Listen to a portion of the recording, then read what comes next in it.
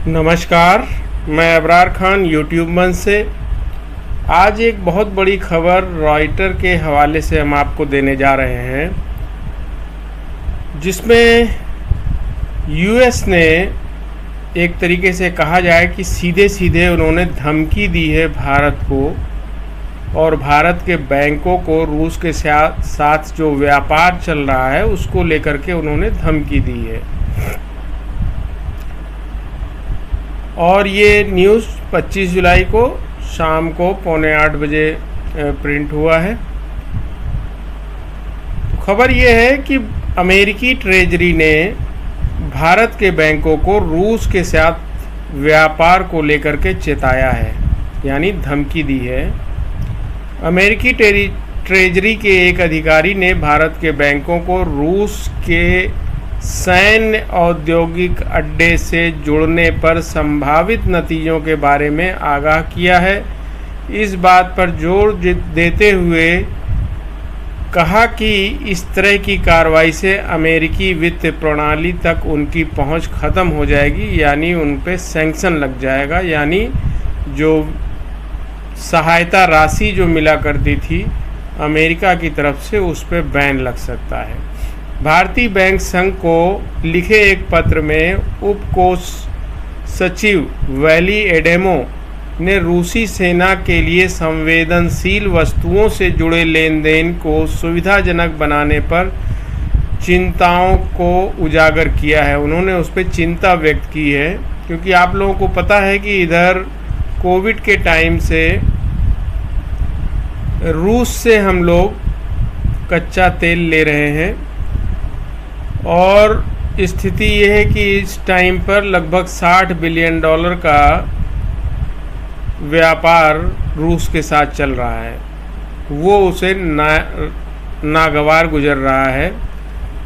Reuters द्वारा देखे गए एक पत्र के अनुसार अमेरिकी ट्रेजरी अधिकारी ने बुधवार को भारत के बैंकों को चेतावनी दी कि रूस से सैन्य औद्योगिक आधार के साथ व्यापार करने वाले वित्तीय संस्थानों को अमेरिकी वित्तीय प्रणाली तक पहुंच उनकी मुश्किल हो जाएगी, यानी वो जोखिम भरा हो जाएगा। डिप्टी ट्रेजरी सेक्रेटरी वैली एडेमो ने भारतीय बैंक संघ को लिखे पत्र में कहा, हम जानते हैं कि रूस सेना मशीन टूल्स और माइक्रो इलेक्ट्रॉनिक्स जैसे संवेदनशील सामानों के आयात पर निर्भर है और इन लेन देन को सुविधाजनक बनाने के लिए वह विदेशी वित्तीय संस्थानों की ओर देखती है। हालांकि पत्र में भारत के बैंकों के बारे में किसी विशेष चिंता की बात नहीं दिखती है, लेकिन नई दिल्ली ने 2022 में रूस द्वारा यूक्रेन पर आक्रमण करने के बाद से मॉस्को से दूरी बनाने के दबाव का विरोध किया है। और इस महीने प्रधानमंत्री नरेंद्र मोदी द्वारा रूसी राष्ट्रपति व्लादिमीर पुतिन से मुलाकात के बाद कहा कि वह रूस को अपने निर्यात को बढ़ावा देने के तरीकों की खोज कर रहा है। एडेमो ने कहा कि यह पत्र दिसंबर में अमेरिकी राष्ट्रपति जो बिडेन द्वारा जारी किए गए कार्यकारी आदेश के बाद आया है, जिसमें रूस के सैन्य औद्योगिक बेस के साथ व्यापार करने वाले विदेशी वित्तीय संस्थानों के खिलाफ प्रतिबंधों को अधिकृत किया गया है। और ट्रेजरी द्वारा हाल ही में रूस के सैन्य औद्योगिक बेस का हिस्सा कौन है, इसकी विस्तृत व्याख्या भी की गई है। उसमें भारतीय बैंक संघ से तुरंत संपर्क नहीं किया जा सका। एडेमो ने यह भी कहा कि अमेरिका भारत के साथ अपनी आर्थिक संबंधों को और मजबूत करने के लिए उत्सुक है। उन्होंने लिखा कि एक दशक में दोनों देशों के बीच व्यापार में 110% से अधिक की वृद्धि हुई है और वे एक दूसरे के सबसे बड़े व्यापारिक साझेदारों में से एक हैं। लेकिन अमेरिका और देशों का वैश्विक गठबंधन रूस के अकारण युद्ध को समाप्त करने के लिए प्रतिबद्ध है।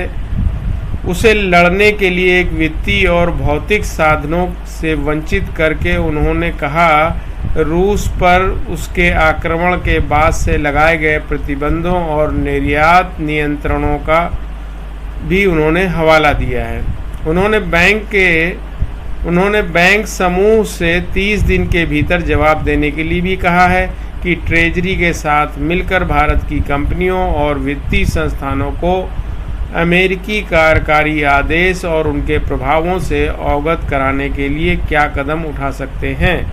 उन्होंने आगे कहा कि कोई भी विदेशी वित्तीय संस्थान जो रूस के सैन्य औद्योगिक आधार के साथ व्यापार करता है उस पर प्रतिबंध लगने का जोखिम है और वह अमेरिकी वित्तीय प्रणाली और संभवतः अन्य वित्तीय प्रणालियों तक पहुंच खो सकता है।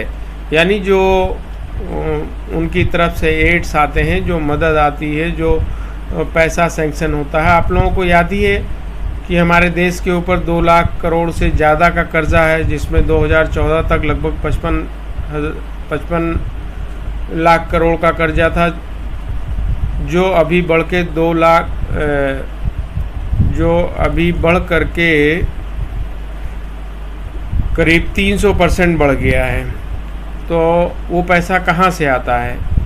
जो भी वित्तीय सहायता की ज़रूरत होती है यूएसए और अदर कंट्रीज़ से ही तो पैसा आता है ना, वहाँ से ही आदमी फ़ंड लेता है। तो उस फंड की वजह से यूएस देश के ऊपर एक दबाव बना रहा है, यानी सरकार के ऊपर, यानी मोदी जी के ऊपर दबाव बना रहा है। क्योंकि आप लोगों को याद होगा अभी रिसेंटली मोदी जी जब पहला सत्र ख़त्म हुआ था सदन का, तो वो रूस के दौरे पे गए थे और पुतिन साहब से उन्होंने मुलाकात की थी। आप लोगों को याद होगा वो उनको खटक गया है, क्योंकि आपको ये भी याद होगा कि जो राष्ट्रपति हैं यूएस के, जो बिडेन, जो कि चुनाव लड़ रहे थे और अचानक से उन्होंने अपने आप को विड्रॉ भी कर लिया है। और ये इसी दौर पे ये लेटर भी हमारे देश के जो बैंक हैं उनके पास ये लेटर पहुंचा है।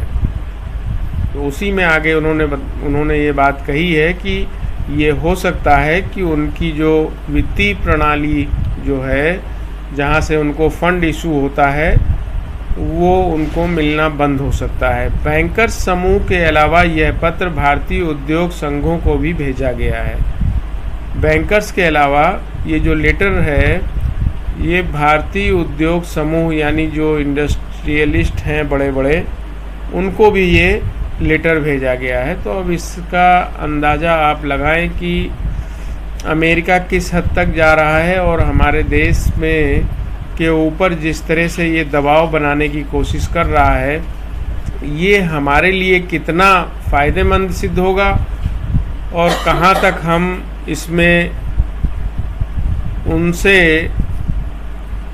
जिस तरह की खटास हो गई है, जो लेटर में जिस तरह से बताया जा रहा है, उस पे हम लोग कहाँ तक उस खटास को ख़त्म करने में कामयाब हो पाएंगे। क्योंकि आप लोगों को पता है कि इज़राइल और फ़िलिस्तीन का एक अलग जंग चल रहा है और उसमें पुतिन साहब ने और चाइना ने फ़िलिस्तीन का साथ देने की बात कही हुई है और उधर रूस के साथ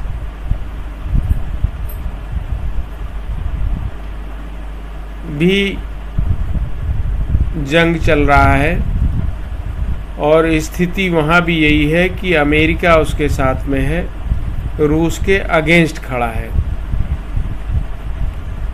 तो स्थिति बहुत गंभीर है। अब देखना होगा आगे चल कर के स्थिति कैसी बनती है और इस लेटर का कितना महत्व है। जब हमारे देश की तरफ से इसका जवाब जाएगा तो वो स्थिति और भी साफ़ हो जाएगी। तो बहुत बहुत धन्यवाद। जो भी नए साथी चैनल में जुड़े हैं, चैनल को सब्सक्राइब करें और ज़्यादा से ज़्यादा लोगों तक शेयर करें।